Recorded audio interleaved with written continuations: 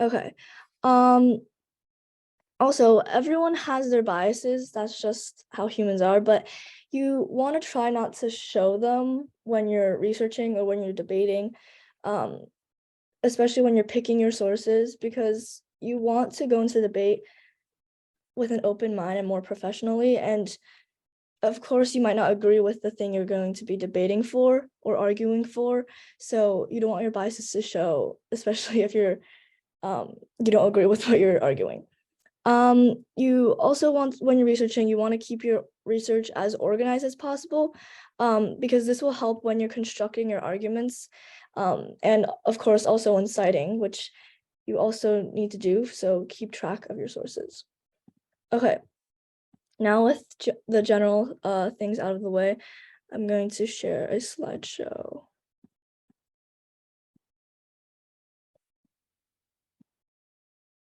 All right. So this is just a slideshow on how to research with strong sources. So what makes a good source? If it's established by if it's an established place like the government, or has a good reputation, and has a good reputation for having correct information, most of the times it's a good source. Also, if you're reading through it and you find that most of it is facts and not really opinion based, or if the author doesn't have like a pre-bias writing, going into writing the article or going into topic, you know that it's a good source. I have this fact and opinion worksheet we could do, but I'll skip out on that until the end of class to see if we have time. But also, if the URL ends in .edu or .gov, it's usually more reliable. Of course, you can't really generalize these things, but .edu is a university or college, which usually has more professional research. So that's why it's generally seen as a better source of information. And .gov is the government. So, you know, also, if the source is well known and has a good reputation, like I said, and it's verified by online sources. So you can just go on Google and do a quick search about the organization that this information is from. And usually there will be other sources that talk about this source and will tell you, if it's biased, if it's reliable or not.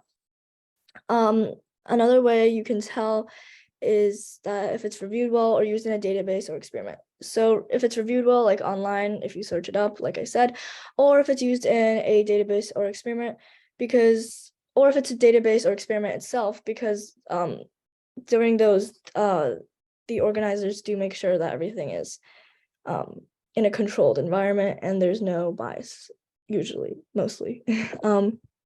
Okay, next.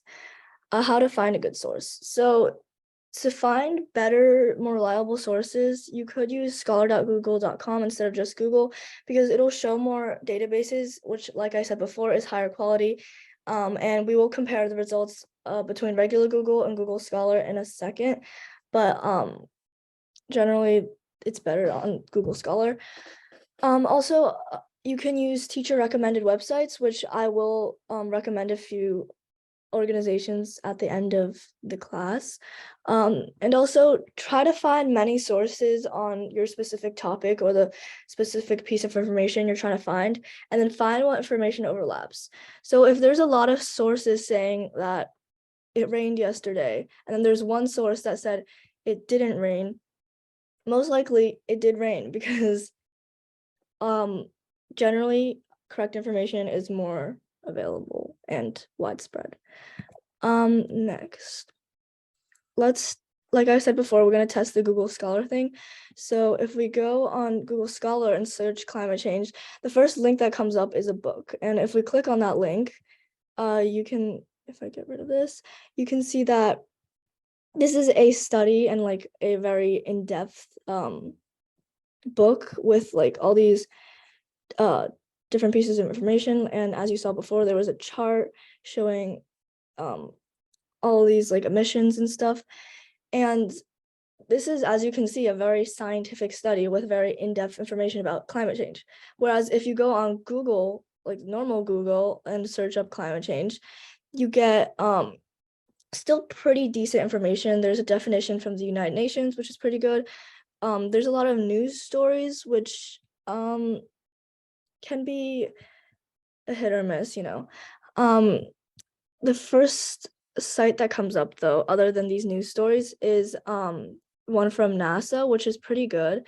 And then the UN and these definitions and things, which can be good, but if you're looking for more specific in-depth information about like a very certain topic and very specific arguments, I would recommend going to Google Scholar, because there are these like types of sources where there's a very specific and in-depth depth research on a specific topic. Okay.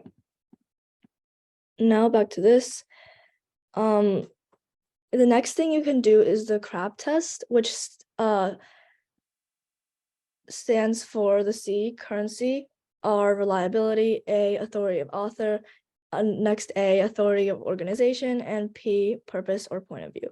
So currency is just when the information was last written or updated. Obviously, a scholarly journal from 2008 is a lot less reliable than a journal from 2020, because information changes and people find things out. So yeah. Next we have reliability. So hold on. Okay. So this is just where the author gets their information. Usually, well, not usually, but sometimes articles or more like databases will have a list of their sources and links to where they got their sources, and you could look through them and see if they're reliable or not. But a lot of times authors or writers in general just don't put their sources, which is unfortunate, but try to look through it if it's available to you. Next, authority of author, which is just basically who's responsible for this information.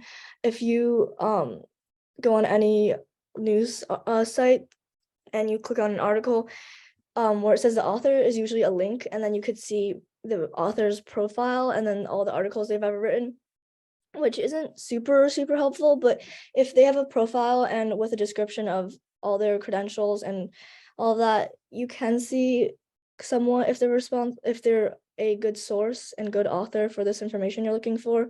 But again, it's not that common. Next, authority of organization. This one's a lot easier to find or look through. Does the resource have a reputable organization behind it? So again, like I said in the past slides, try to see if this organization is known for having good information or known for just being a reliable source. A lot of teachers, I'm sure you guys know, will say Wikipedia is not a good source. So that would go under authority of organization, because on Wikipedia, obviously anyone can change the information, which, you know, is debatable. Like, I think Wikipedia is okay, but not for actual debates. But anyways, next, purpose/point of view. So does the information seem fairly represented, or is it biased? So like I was saying before, some articles, you can kind of tell that the author already has a fixed mindset and opinion about who or what they're writing about before they even like got into the topic. You want to avoid that, obviously, and try to look for sources that are purely or mainly factual, and just the author is just reporting the information rather than distorting it and giving their opinion on it, if that makes sense. Okay, so now that that's done, let's do a test of this. So I'm gonna post these links in the chat, and I'll give you guys like 5 minutes-ish to look through each of the links and do the CRAP test, and either call it out or just type in the chat if you think these are reliable, good sources. So let me just post the first one.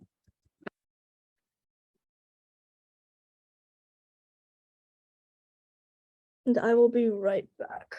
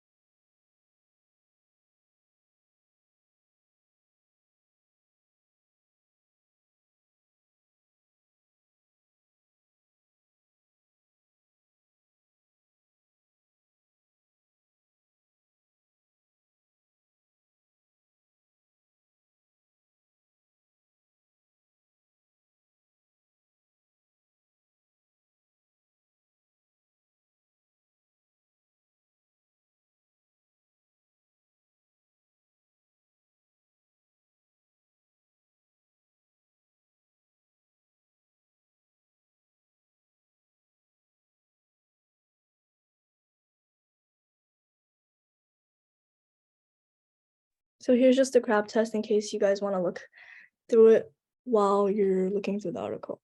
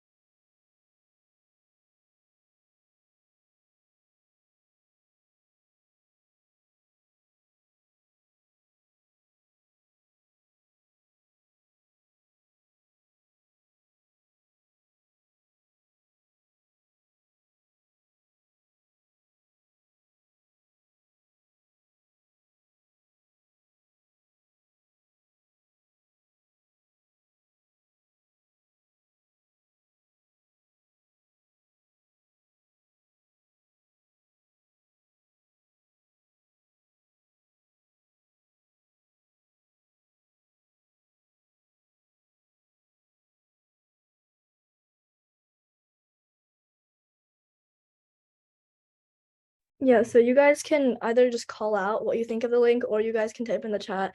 You don't have to direct message me. You can just say it to everyone. It doesn't really matter. Well, it's kind of a very left biased, a lot of sort of, I mean, so it uses a lot of kind of offensive language, kind of like, so they said one time that he was delusional, right? And he continues to act like a narcissist. Well, obviously that's very left biased, yeah. Um, and also, I've never heard of the bipartisan report before, so Yeah. that goes for the authority of organization. Author, they have an author, but still, yeah. Where does the author get this information? I mean, well, usually, this type of extreme left language is very, kind of, it just kind of, in any biased language in general, it just comes out of nowhere, sort of, Mhm. Uh, Currency, a few weeks ago, well, no, a few days ago, actually. Pretty current, but still very biased, out of nowhere, sort of, yeah. Yeah. So a lot of you guys in the chat told me that it was good or it's a reliable source, but it's biased. Um, but I would say that let me go on here now. This is very biased and this specific article at least, because if we look at our crap tests, oops, currency, like Philip said, it's pretty current because oh my god, oops. Because it was a few days ago. But reliable or what was the next one? Reliability, yeah. Um, the author's sources aren't really explicitly stated, so we don't know that. And then next, authority of author. Again, if you click on the author's name, it does bring you to a link, but there's not much information about the author's credentials. However, there are articles, other articles that the author has written, but we don't know much else about the author. Authority of organization, if you do a quick search about the bipartisan report, oops, that's not what I meant to do. And you search credibility. You'll see that it here it says lacks transparency. Here it says hyperpartisan left, so that means leaning towards the left or the Democrats. It here it says, or this is Quora, so we can't really trust them, but still it says it skews heavily left / liberal. So yeah, most of the sources that are coming up say that it's not reliable and it's very biased. So we can tell that we can tell that it's biased. Next, purpose or point of view. Does the information seem fairly represented or is it biased? If you look throughout the article, you can tell that the author is very biased towards against Trump. Um, at the end, it even says, just like before, Trump sounds pathologically narcissistic. Um, Especially since it says just like before, you can tell that the author has already a image of Trump that's negative and in their mind before even writing about this. So yeah, this is a bad source. Okay, let's move on to the next source. I'll put this in the chat. And you guys again can let me know either through the chat or just call out if you think that it passes the crap test.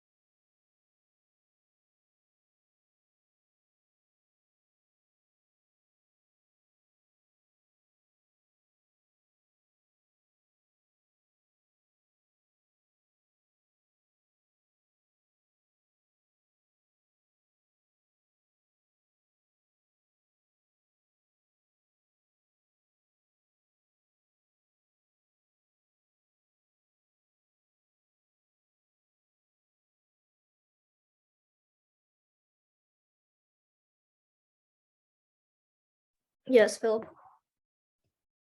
So I noticed that, the currency of the source was 5 days ago, as it says on the actual article. It says last updated 5 days ago. Mm-hmm. Then reliability, Reuters is a very, very reliable source. We all know that. Authority of author, I don't know. Then authority of organization, again, Reuters, very, reputable source. Also about reliability. So the author gets all this information from senators and from politicians and from people who said things, so it's obviously true. Then purpose, point of view, very minimal bias. It doesn't discredit anybody. It just states facts that so and so said so and so, so and so. Said something about so and so. It's not really too overly biased. Overall, pretty good article. Yeah, very good. Yeah, so what Philip said was right. Reuters is pretty well known for having reliable articles, and it's pretty well known for being one of the most reliable news sources out there. So if we click on this link, okay, so let's do the crop test together now. So currency, like Philip said, it was updated 5 days ago, so it's pretty current. Reliability, where does the author get this information? It doesn't specifically say or list their sources, but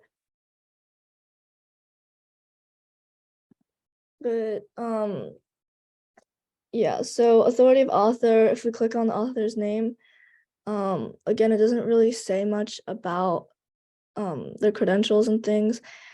It kind of just says articles that they've written before, which doesn't say a lot, doesn't say much. So we don't really know about that either. Authority of organization, does the resource have a reputable organization behind it? If you search up Reuters reputability, you can see that most people say that Reuters is pretty reputable. If you go on this site, it says it rates Reuters bias as center, which means that it's not skewed towards any direction. Um,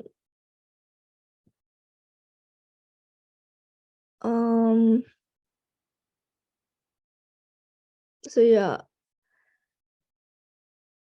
all of these just say that it's pretty reliable and pretty reputable. So it passes the second A. Purpose/point of view. I accidentally exited out, but if you read through the article, you can tell throughout the article it's kind of just telling you facts and stating things rather than giving an opinion and using biased language. So I'd say Reuters passes. Okay, next we're gonna go to the third link, which you guys may have heard of, probably have. And again, just let me know either by unmuting yourself or by chat what you think of it.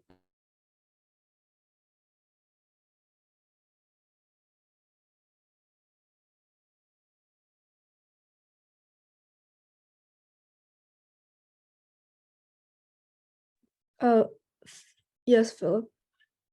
Well, Britannica is quite literally an encyclopedia. It's Yeah. kind of like Wikipedia, only I guess more sourced and a bit more reputable because you can't just like edit it just like that. You have to get qualified and stuff like that. It just states the scientific facts about um, the sea lion. It doesn't give any emotional language or bias. It just, a pro science, uh, you know, encyclopedia source. Currency, can't really say that, encyclopedias don't usually say that. Then, yeah, reputability, Britannica is a very, very reputable source. So then also the association, what was the A's again? I forgot. Authority of author and authority of organization. Oh yeah, yeah. Thank you. Yeah. So author, Encyclopedia Britannica. Well, that's basically the editors, right? Um, so that and they also here list links, right? So links, they're from their own like site, but it's still links, I guess. Yeah. Um, then organization, well, no, Britannica is Britannica. Um, and then purpose, bias, point of view, like no bias at all. It's just stating scientific facts about said sea lion. Yeah. So like Philip said, it passes a crop test, and Britannica is known for being a very reliable source since it is an encyclopedia. For currency, you can check their edit history. It shows that the last time they updated it was in March of 2020, which for any other news source, I would say is a pretty outdated. But this is about sea lions, and um, sea lions don't change much. Their facts and the research behind them doesn't change much. So 2 years isn't that out of date. But news, of course, changes really rapidly. So for any other source, I would say that's outdated. But for this one, it passes. Reliability. Yeah, Britannica's an encyclopedia. It's known for being reliable. I'd say it passes that. Then for authority of author, it lists just the editors of Encyclopedia There's a lot Britannica. of information on the internet. Oh my god, But how okay. do you know what That's sources great. you Wait, let's go back there's a up. lot of information. So if you just click on any of the actual editors, it doesn't say anything about them. But again, Britannica is known for being reputable, so I wouldn't worry too much about that. Authority of organization, again, Britannica is very well known for being reliable, so wouldn't worry about that either. And then point of view or purpose, if you read through it, it's basically stating facts. There's not a lot of bias, so passes that too. So overall, it passes the crop test. Okay, next. The last link. Oh my god, okay. Again, just let me know in the chat or out loud.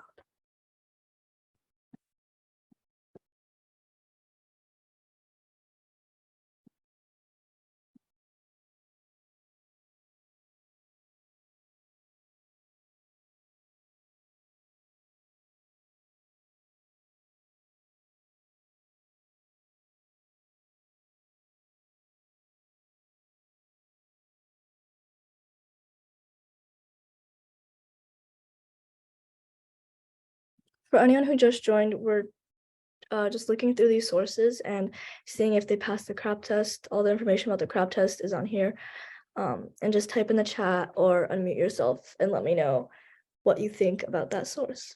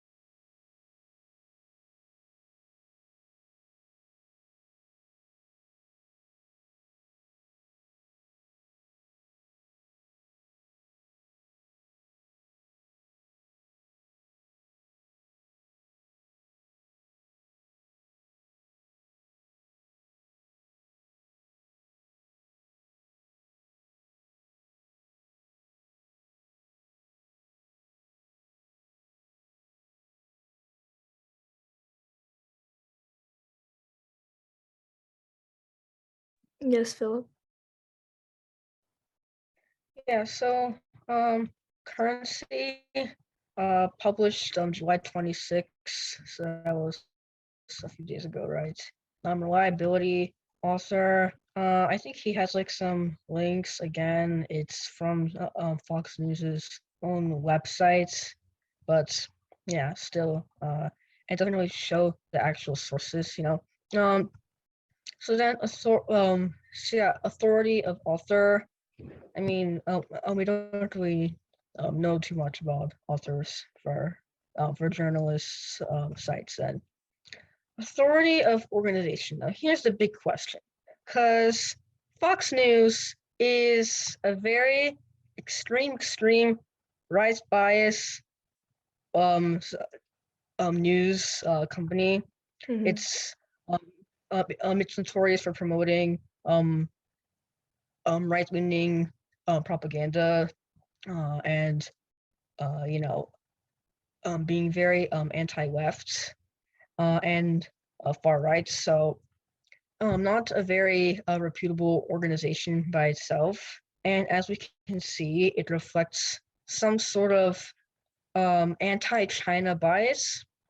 Uh, it says, so it has like very emotionally loaded language, such as, for example, that China is the biggest long-term threat for U.S. interests. It's obviously pretty biased language, um, and words like that tend to be more common in right-leaning sources. So again, it's pretty biased, I guess, anti-China bias, like in most right-leaning sources, anti-communism, yeah. Uh, but in general, Fox News is a very unreliable site source, very propaganda type. Uh, However, in this specific article, I guess we don't really see too much right-leaning bias, but in other articles, it's very apparent. But this article, I guess, is pretty comparably better, I should say. Okay. Yeah, so let's go through it together now. Currency published just a few days ago, 5 days ago. Reliability, hold on. Where did the author get the information? Again, most sites won't say this specific sources or links, so we don't know. Authoritative author, you can click on the author's link, but it doesn't say much. You could just it just shows her contact information and that she's a politics reporter and some articles she's written. But again, most places won't tell you much about the author. Authority of organization, like Philip said, Fox News is very much known for being right, skewed towards the right or the Republicans, which we'll get into the different party biases later in this class. But yeah, Fox News is not known for being a reliable source. And if I were you, I would search up reliability. And on Wikipedia, it says Fox News is the fifth most trusted source, but oh wait, this one doesn't really say, but is strongly right biased. What else? Yeah, it's extreme right wing propaganda news. It's the right wing network. So yeah, all these websites say that it's very skewed right and biased towards the right. So we can say that it does not pass the second A. POV or purpose. So let's just check the chat. Oh wait, yeah. Like Philip said, there's some biased language, but it's not too bad. But overall, I would say this does not pass the crop test. All right. Let's go back and do the fact opinion worksheet now, since we have time. We're not gonna do all of this because I'm sure most of you guys know this, but we will do 5 through 10 maybe. Okay. Again, you could let me know in the chat or just call it out. But let's start with number 5. Michael Jordan is the greatest basketball player of all time. Factor, opinion, and short explanation. Anyone? Opinion, Yeah. because it's, I mean, it just, so it doesn't like state like actual like information that you can verify, just Mm-hmm. somebody's opinion. Like I can think that Michael Jordan is the greatest basketball player of all time, but I can also think that Michael Jordan is the worst basketball player of all Yeah. time. Yeah, so like in the chat, you guys can't see this, but someone said that it's opinion because it's subjective. So yeah, anyone can think something of Michael Jordan, but you can't really prove that he's the best basketball player. So it is opinion. Okay, next. There seems to be too much testing in public schools. Opinion. Yeah. Again, you can't really prove it, and all your arguments for it would also be an opinion and be debatable. So yeah. Next, prison is one of the worst places on the planet. Fact or opinion? Opinion. Yeah, most of these explanations are going to be the same. You can't prove that, and it's based on what you like. So yeah. Next, it is wrong for people under the age of 21 to drink alcohol. Fact or opinion? Opinion. Yeah. So again, it's not. It can't be proved. It is illegal, but then people could argue, is everything illegal wrong? Or again, it's subjective. So number 9, Sister Carrie was written by Theodore Dreiser. Fact. Fact. Yeah, you can prove that it was. If you just search up Sister Carrie, you can see that was written by Theodore Dreiser. Okay, last one, I think. Oh no, we'll just end here. The Lord of the Rings: Return of the King was won 11 Oscars or Academy Awards. Fact. Yeah, you can prove it. Just go on Google. So yeah. Okay, that was quick. We have 10 minutes left, so I don't know if I should. We can start it and we can finish it up next class. Okay, now we're getting into media biases because everything you research, most of it will be media. So it's important to know what to look out for. Okay, so I'm gonna move this. Media consolidation. So media consolidation is basically a fancy way of saying de-diversifying media. What does this mean? It just means that your sources and what you consume, which is just media, is getting more and more or less and less different. Like different ideas and different arguments and different point of views are becoming more and more rare because these point of views and arguments are getting less diverse, like the term itself. Okay, so the question is, does this threaten our democracy? Because this means that one company can influence many Americans' political views. Because there are 6 companies that own 90% of the news, which means that there are 6 companies that can control what is being put out there and therefore what people believe. So these companies are Comcast, 21st Century Fox, the Walt Disney Company, CBS, Time Warner, and Viacom. Again, they have a lot of control over what we think, and most of these companies have a specific viewpoint. So for the most part, we're only getting 6 viewpoints rather than a diverse amount of different viewpoints where we can think ourselves what we believe rather than being told. So yeah, they can control how these stories are produced, how it's delivered, because language does matter, and we'll get into that later, and how it's created. Again, lack of competing viewpoints. And most of these are profit driven, which means that these companies are getting more money dependent on how many clicks they're getting on the article. So this means that a lot of companies will use the most outrageous and most of the time it's not true headlines so that more people will click on their articles so that they'll get more money. And these news can align to one party, which I will explain more later. Next, you guys can't see that. Rise of cable / soft news / infotainment. So infotainment are sources that are more for entertainment rather than information or facts. Hard news is better, trustworthy, and stronger sources. it's like the role of the watchdog. So it scrutinizes reports on government and business misconduct. And hard news is why media is often called the fourth estate or the fourth branch of government, because it's the ultimate check on those in power. Because those in power can do things, and then the media can scrutinize them and sway people's opinion, and again check on their actions. They investigate reporting, and they're just overall better sources. Soft news is unreliable or weak sources. It's reliable on pundits, which are experts who give information to the mass public, and it's just bad news. Media bias and echo chambers.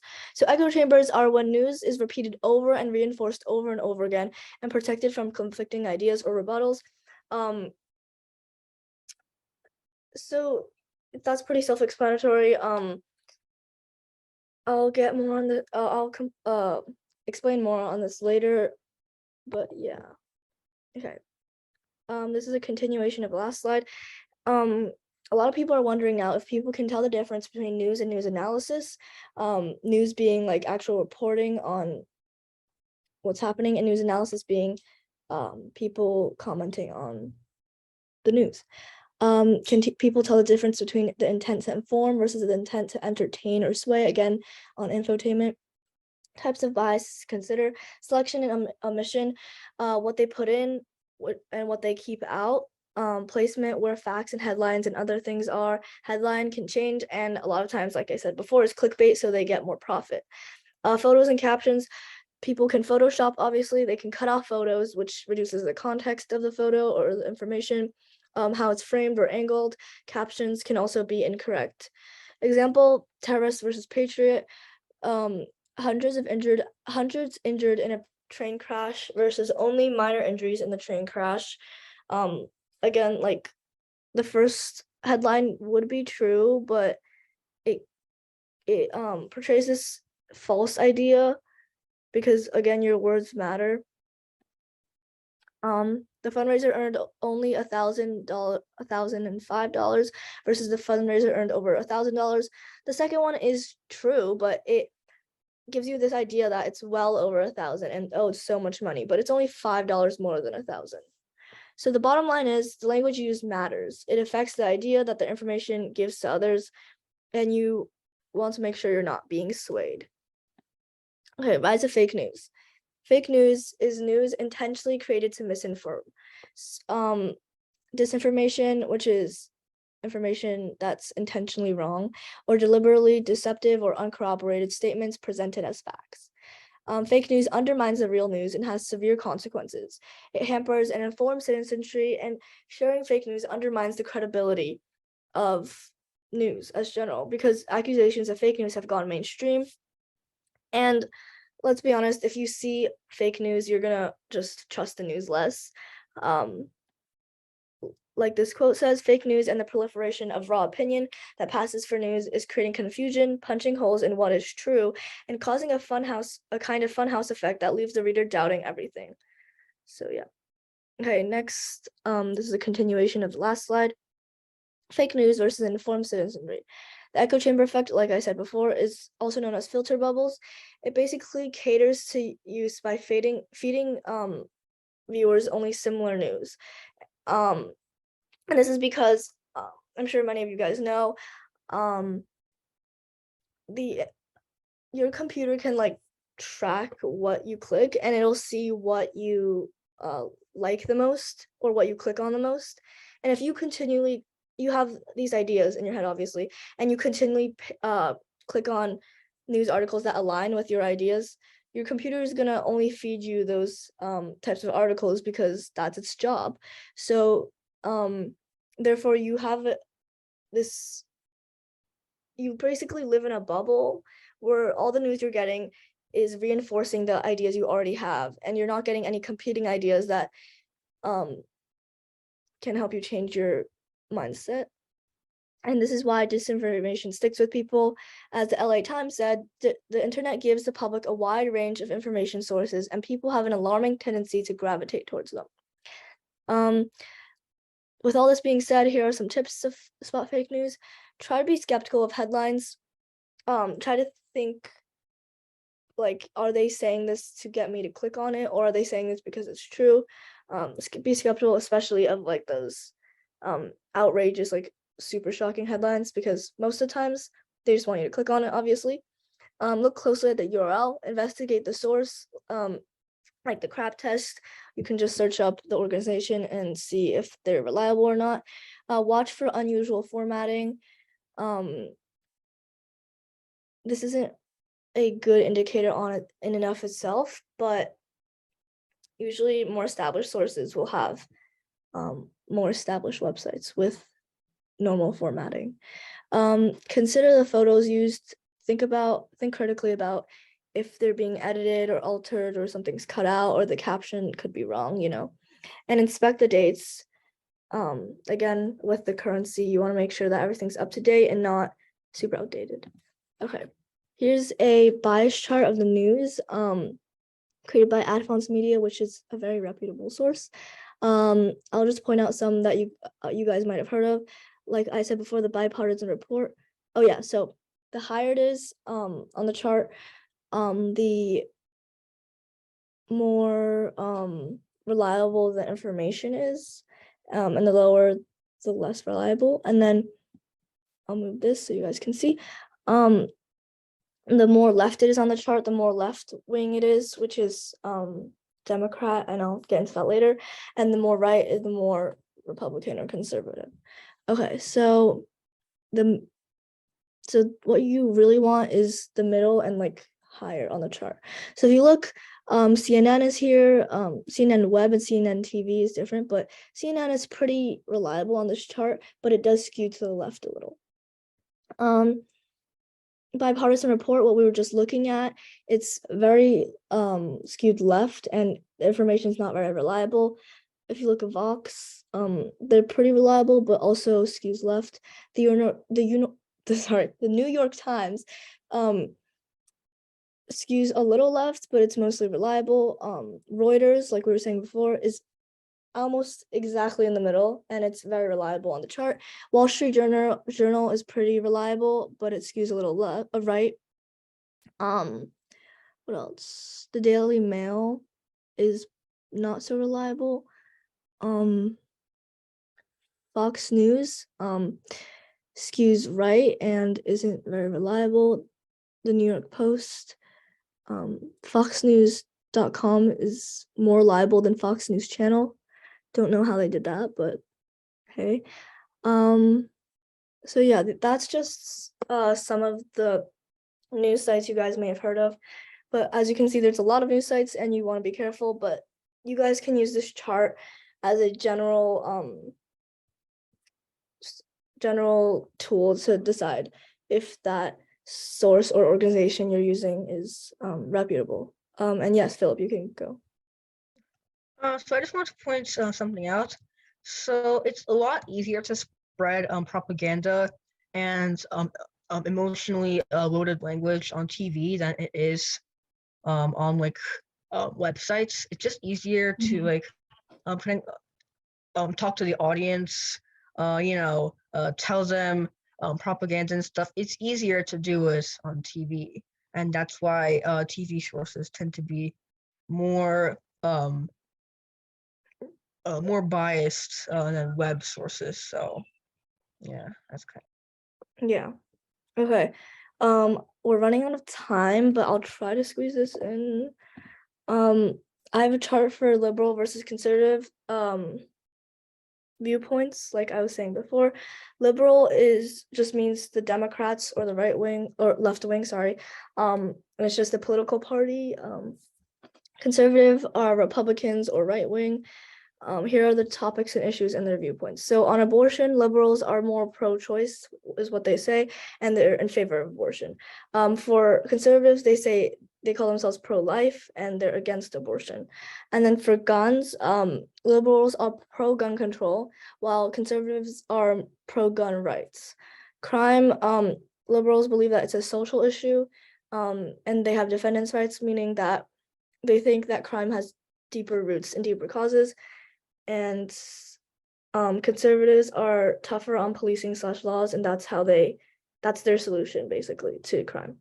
Taxes, For the Democrats, they think it's okay, especially on the rich. For the conservatives, they generally view taxes as a negative thing. For spending, Democrats are typically okay with it, especially on social programs, but conservatives are not okay except for on military. And regulation, just general regulation like trade regulations, etc. Liberals are in favor of regulation, while conservatives are against it. Military, liberals favor a more basic military. They don't think it's that important, while conservatives favor a strong military and muscular. So that's why they favor spending on military. LGBTQIA plus rights. Liberals are in favor of expanding rights, while conservatives are in favor of restricting rights. And I have a quiz here to test your own political biases, but I think we'll do that next class because we are running out of time. Sorry for that, but you guys are free to go. Have a good week. Bye, Janna. Thank you. Bye. Thank you for coming, everyone. Yeah. Thank you. Thank you. Bye.